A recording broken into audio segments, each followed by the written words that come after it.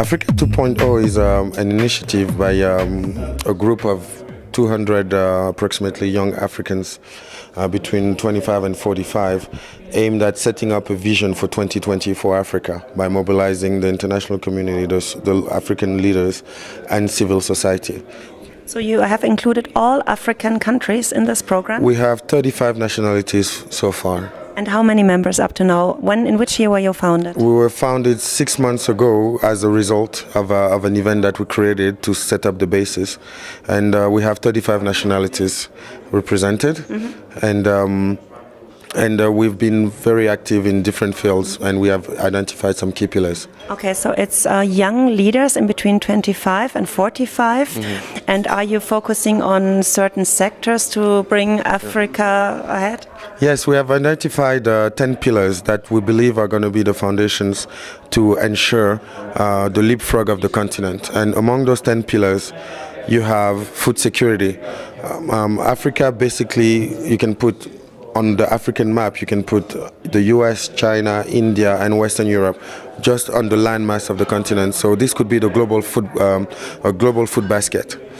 We also have one of our pillars, which is rebranding Africa, because ultimately it's only by taking responsibility of our own image and speak for ourselves that we'll manage to change the perception of the world and the perception of Africans of themselves into a better Africa.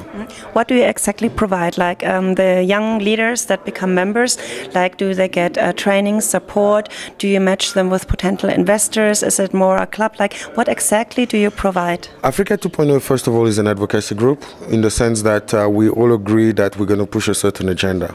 Now, most of the members and all members have obviously leadership skills, and what we try to do is to provide some key tools in leadership, but also give them exposure to key decision makers and develop also mentorship program where some key leaders and thought leaders could mentor some of our members, and also the members would have the responsibility to mentor younger members or students in order to make the whole chain viable and to create a solid group. Yeah.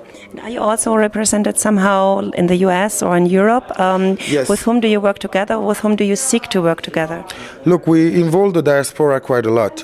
We have, country coordinators in France, we have a country coordinator in the UK, in the US, in the Middle East, and also in Asia, in Hong Kong. So we are a very global group in perspective with Africa at heart. Mm-hmm.